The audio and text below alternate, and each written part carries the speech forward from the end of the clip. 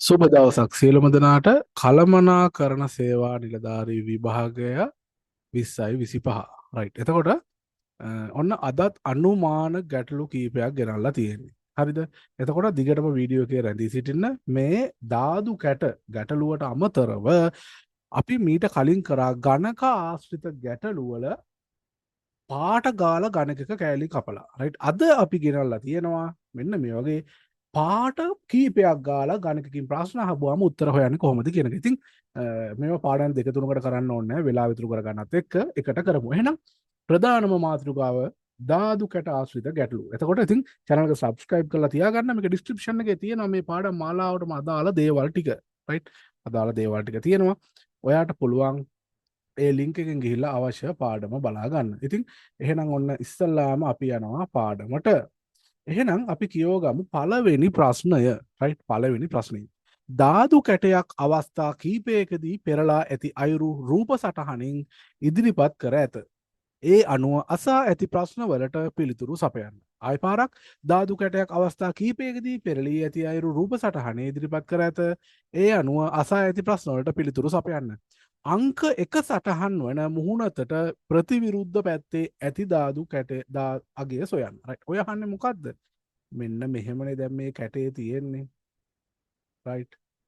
අපෙන් අහන්නේ රයිට් අපෙන් අහන්නේ මේ එක මේ පැත්තේ තියෙනවා නම් මෙන්න මේ අනිත් පැත්තේ මුහුණලා ප්‍රතිවිරුද්ධ පැත්තේ තියෙන එක කීයද කියලා තමයි අපෙන් අහන්නේ. රයිට්. ඒක ඔයා දන්නවා. එහෙනම් මේක හදන විදිහ තේරුම් ගමු මුලින්ම. රයිට්. අපි මෙන්න මෙහෙම ලියාගමු. එකට ප්‍රතිවිරුද්ධව ඕනේ. ඔන්න එකට ප්‍රතිවිරුද්ධව තමා හොයන්නේ. එහෙනම් මේකට අනුව මේ බලන්න මේ දීලා තියෙන එකම ධාතු කැටේ පැත්ත හරවලානේ. ඉතින් එහෙනම් එකට ප්‍රතිවිරුද්ධව හතර තියෙන්න පුළුවන්ද? බෑ. මේ හතර තියෙන්නේ උඩක. එහෙනම් නැති ටික ලියා ගන්න ඕන හතර නෑ. ඊට පස්සේ දෙකත් නෑ. මේ දෙකක් තියෙනවා දෙකත් නෑ. ඊට පස්සේ එකට ප්‍රතිවිරුද්ධව පහත් නෑ. රයිට්. පහත් නෑ. ඊට පස්සේ මොනවද දීලා තියෙන්නේ? ඔන්න එකට ප්‍රතිවිරුද්ධව හතර නෑ, දෙක නෑ, පහ නෑ. එහෙනම් එකට ප්‍රතිවිරුද්ධව තියෙන්නේ මොකක්ද කියලා අපෙන් දැන් අහන්නේ. ඊට පස්සේ බලන්න 4යි 5යි මෙන්න මෙහෙම තියෙද්දි රයිට් මේ 4යි 5යි දෙපැත්තේ තියෙද්දි උඩයි හරහටයි තියෙද්දි එක පැත්තක තියෙන්නේ එක නේ එක පැත්තක තියෙන්නේ එක මේ 4යි 5යි උඩයි හරහටයි තියෙද්දි එක පැත්තක එක මේකේ තියෙනවා 6. එහෙනම් මේකේ අනිත් පැත්තේ තමයි එක තියෙන්නේ. එහෙනම් එකට ප්‍රතිවිරුද්ධව පැත්ත තමයි 6 තියෙන ලකුණ. රයිට්. එහෙනම් මේකට උත්තරේ එන්නේ 6. රයිට්. එකට ප්‍රතිවිරුද්ධව පැත්තේ තියෙන්නේ 6. ඊළඟට අංක 2 සටහන් වන මුහුණතට ප්‍රතිවිරුද්ධ පැත්තේ ඇති අගය සොයන්න. අංක 2ට 2 සටහන් වන මුහුණතට ප්‍රතිවිරුද්ධ පැත්තේ ඇති අගය සොයන්න. දැන් මෙහෙමයි ඉතින්. ඔයාට මේක මෙහෙම හිතලා ගන්නත් පුළුවන්. අවශ්‍ය නම් පොඩි ටික් එකක් පාවිච්චි කරන්න පුළුවන්. ඉතින් කොහොමත් අපි විභාග ශාලාවට යද්දි පෑනක් පැන්සලක් මකන කෑල්ලක් ගෙනිනවා. ඉතින් ඔයාට මකන කෑල්ලක් ළඟ තියෙනවා නම් මේක සටහන් කරගත්තත් ඔයාට මේ අවබෝධය ගන්න පුළුවන්. රයිට්. මේක හිතින් ඔහොම කල්පනා කරන්න අමාරු නම් මතක තියාගන්න අමාරු නම් ටික් ගාලා මේ තියෙන වගයන් ටික දැම්මා ප්‍රතිවිරුද්ධ පැත්ත හරවලා බැලුවා. එන්න පුළුවන් මොකද්ද කියන එක. රයිට්. ඉතින් එහෙම හදාගන්නත් පුළුවන්. එහෙනම් අංක 2 සටහන් වන මුහුණතට අපි දැන් මේ මකණයත් ලියන්න යන වෙලාව අඩු කරලා මේ හදන්නේ. අංක 2 සටහන් වන මුහුණතට ප්‍රතිවිරුද්ධ පැත්තේ ඇති අගය සොයන්න. මෙන්න 2. නැති ටික ලියාගමු. මේ 6 තියෙන්නත් බෑ 1 තියෙන්නත් බෑ. එහෙනම් 6ත් නෑ 1ත් නෑ. මේ දෙකට ප්‍රතිවිරුද්ධ පැත්තේ 3ත් නෑ. මේ 4ත් නෑ. මේ අනේ ඉතින් මෙතන බලන්න. මෙතනම අංක 5ක් තියෙනවනේ. 1 නෑ 2 නෑ 3 නෑ 4 නෑ 6 නෑ. එහෙනම් ඉතින් බලන්න දෙයක් නෑ. දෙකට ප්‍රතිවිරුද්ධ පැත්තේ තියෙන 5. රයිට්. මෙතනම අපිට නැති උත්තර කීපයක් ආවා. 5ක්ම මෙතන තියෙනවා. එහෙනම් ඊළඟ එක තමයි තියෙන්නේ. රයිට්. ඒක එහෙනම් තේරුණා කියලා මං හිතනවා. එතකොට මේ වගේ ගණන් තව තියෙනවා. එතකොට පතුරුමක ආශ්‍රිත ගැටලුවකුත් තියෙනවා. ඒකත් බලා ගන්න රැඳී සිටින්න. එහෙනම් අපි ඊළඟ ගානට මේකේ අපිට කියනවා අංක 5 සටහන් වන මුහුණතට ප්‍රතිවිරුද්ධ පැත්තේ ඇති අගය සොයන්න. අංක 5 අර වගේමයි මේ 5 ලියාගත්ත නැති ටික ඉස්සරහින් ලියමු. එහෙනම් 5 ඉස්සරහින් 3යි 1යි නෑ. ප්‍රතිවිරුද්ධ පැත්තේ නෙමෙයි. ඒවා තියෙන සයිඩ් එකේ මේ. එහෙනම් කෝ ආයේ 5. දැන් මෙහි 5ක් හොයන්නවත් නෑ. රයිට්. 3යි 1යි නෑ. මේ බලන්නකො මෙතන අදහසක් තියෙනවා. මෙන්න මෙතන 3 උඩට ඇවිල්ලා හරහට දාදු කැටේ මෙහෙම තියද්දී රයිට් මෙහෙම තියද්දී උඩ 3 හරහට එහෙම තියද්දී එක පැත්තක හිටිනවා දෙක නේ එක පැත්තක හිටිනවා දෙක එහෙනම් දෙකට අනිත් පැත්තේ ඇත්තේ කොයි පැත්තද මේ උඩට 3 ඇවිල්ලා හරහට එක ආපුවාම සයිඩ් එකක 5 තියෙනවා අනිත් සයිඩ් එක දෙක තියෙනවා මේ එහෙනම් මේකට උත්තරේ කීයද එන්න ඕනේ 5ට ප්‍රතිවිරුද්ධ පැත්තේ තියෙන්නේ මොකද්ද එහෙනම් 5ට ප්‍රතිවිරුද්ධ පැත්තේ තියෙන්නේ 2 රයිට් එහෙනම් 2 තමයි පිළිතුර රයිට් එහෙනම් ඊළඟ ගැටලුව අංක 2 සටහන් වන මුහුණතට ප්‍රතිවිරුද්ධ පැත්තේ ඇති අගේ සොයන්න අංක 2 සටහන් වන මුහුණතට ප්‍රතිවිරුද්ධ පැත්තේ එහෙනම් 2 ඉස්සරහින් නැති ටික ලියාගමු 6ත් නැහැ 3ත් නැහැ 6 නැහැ 3 නැහැ 2 ඉස්සරහින් මේ 6 නැහැ 4 නැහැ එහෙනම් 4ත් නැහැ රයිට් දැන් ඔන්න අගයන් කීපයක් ඇවිල්ලා තියෙනවා දැන් බලන්න මෙහෙම දැන් මේ මෙව්වයන් තියෙන සමානකම් අපි ගලප ගන්න ඕනේ රයිට් එහෙනම් මේ බලන්න 4 උඩට තිබිලා 6 යටට තිබ්බහම එක් සයිඩ් එකක එන්නේ මොකද්ද එක සයිඩ් එකක එන්නේ එක සයිඩ් එකක එන්නේ 2 රයිට් ඒ කියන්නේ 4යි 3 පැත්ත සමාන 3 පැත්ත යා කරන එක පැත්තක එන්නේ 2 මේ ඔන්න එහෙනම් මේන් 4 මෙන්න 6 මෙන්න එක පැත්තක් ඒක තියෙනවනේ ඒ පැත්තට යා කරන අනිත් පැත්ත එන්න ඕනේ 2 රයිට් එහෙනම් 2 සටහන් වන මුහුණතට ප්‍රතිවිරුද්ධ පැත්තේ ඇති අගය වන්නේ 1 රයිට් එහෙනම් උත්තරය 1 මෙන්න මෙතනින් හොයාගත්තා රයිට් එහෙනම් අපි යන් ඊළඟ ගානට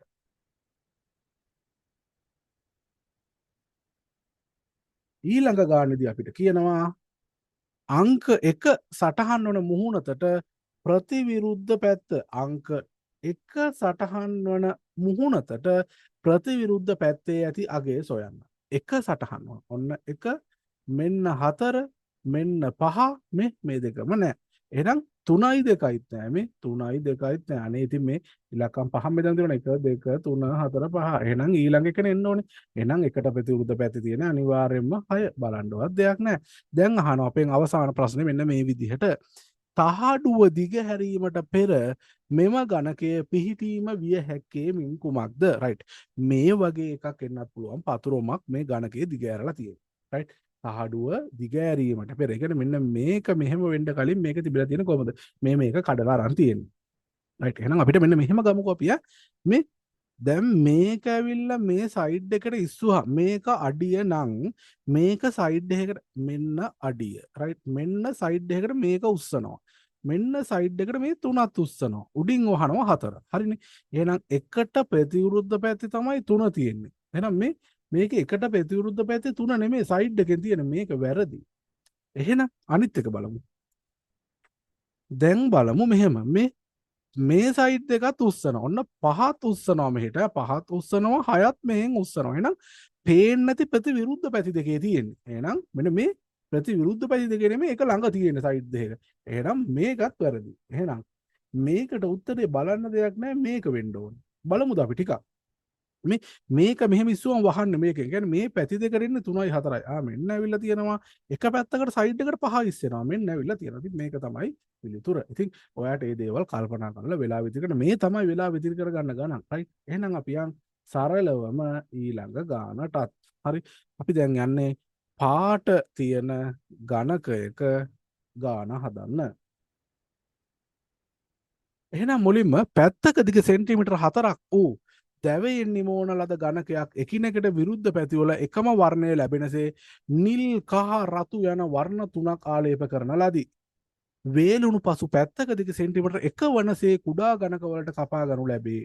එසේ නම් කපන ලද කුඩා ගණක සංඛ්‍යාව කොපමණද? රයිට්. එහෙනම් ඔන්න තියෙනවා පාට 3ක් ගාලා තියෙනවා. රයිට්. මොකද්ද කියන්නේ? නිල් කහ රතු යන වර්ණ 3ක් ආලේප කරන ලදී. රයිට් ඔන්න. එකිනෙකට ප්‍රතිවිරුද්ධ පැතිවල. එහෙනම් මේ උඩ තියෙනවා නම් රතු යට තියෙන්නේ රතු. මේ කහට එහා පැත්තේ පේන්නේ නැති පැත්තෙත් කහ. මේ නිල්ට එහා පැත්තේ පේන්නේ නැත්තේ නිල්. රයිට්. එහෙනම් ඔන්න පළවෙනි ප්‍රශ්නේ අපි මේ විදිහට අහනවා. කපන ලද කුඩා ගණක සංඛ්‍යාව කීයද? රයිට්. 4 ගානෙන් කපන්නේ. දිග ගුණ කිරීම පළල ගුණ කිරීම උස 4 වරක් 4 16යි 16 වරක් 4 64යි. රයිට්. එහෙනම් කපන ලද කුඩා ගණක සංඛ්‍යාව 64යි. එක් පැත්තක් පමණක් රතු හෝ නිල් පාට වූ ගණක සංඛ්‍යාව කොපමණද? එක් පැත්තක් පමණක් රතු හන්ඩත් පුළුවන් නිල් වෙන්නත් පුළුවන්. එතකොට මෙන්න මේ මොකක් හරි වෙච්ච ගණක කීයක් තියෙනවද? රතු හරි නිල් හරි. මේ එක් පැත්තක් පමණක් පාට ගෑවෙන්නේ මේක කියලා අපි එදා ඉගෙන ගත්ත මතකයි නේද? මේකේ පැති දෙකක් ගෑවිලා මේ දාරක තියෙනවා මේ මුල්ලක තියෙනවා පැති තුනක් ගෑවිලා. එහෙනම් මේ මැද තියෙන මෙන්න මේ වගේ හතරයි. ඔන්න නිල් තියෙනවා හතරක්. මේක එහා පැත්තේ හතරයි අටක් තියෙනවා. රතුත් ඒ වගේ මේ එක් පැත්තක් ගෑවිච්ච තියෙනවා මේ හතරක්. ඒ වගේ අටක් තියෙනවා. ඔන්න එතනත් අටක් තියෙනවා. එහෙනම් පිළිතුර 16යි. රයිට්. එහෙනම් මේකේ පැත්තක රතු හෝ නිල් එක් පැත්තක් පමණක් රතු උනත් නිල් උනත් අන්න ඒ ගෑවිච්ච තියෙනවා 16යි. දෙපැත්ත රතු හා කහ පමණක් පාට වූ ගණක සංඛ්‍යාව කොපමණද? රයිට්. මේක අහනවා දෙපැත්ත රතු හෝ කහ වෙච්චා. රයිට්. දෙපැත්ත. එහෙනම් අපි බලමු ඒකත්. මෙන්න රතු හෝ කහ දෙපැත්ත. මේ බලන්න මෙන්න මේක නේද? මේ එක පැත්තක් රතු මේ. ඔන්න ඔහොම මේකේ දෙකක් තියෙනවා. හරි. මේ එක දාරක තියෙනවා දෙකක්. එහෙනම් මේ දාරෙත් තියෙනවා මෙහෙම දෙකක් යටත් රතු. හතරයි. මේ දාරේ සයිඩ් එකේ තියෙනවා දෙකක්. හරි 6යි. මේ පේන්නේ නැති එහා පැත්තේ සයිඩ් එකේ දාරේ තියෙනවා දෙකක්. එහෙනම් ඔක්කොම තියෙනවා 8ක්. පිළිතුර 8යි. එහෙනම් අපි යන් ඊළඟ ගැටලුවට. රයිට්. ඉතින් ලේසි නේද? හරියට ඉගෙන ගත්තොත් මේක අමාරු ගාණක් නෙමෙයි. රයිට්. එහෙනම් ඔන්න ඊළඟ ප්‍රශ්නය.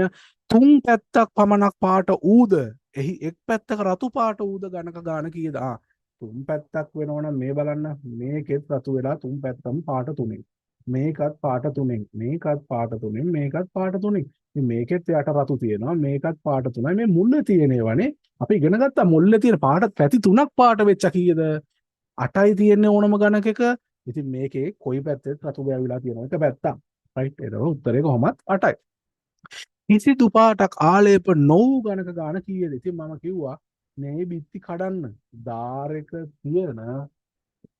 දාරක තියෙන කොටු ගාන බලන්න. රයිට්.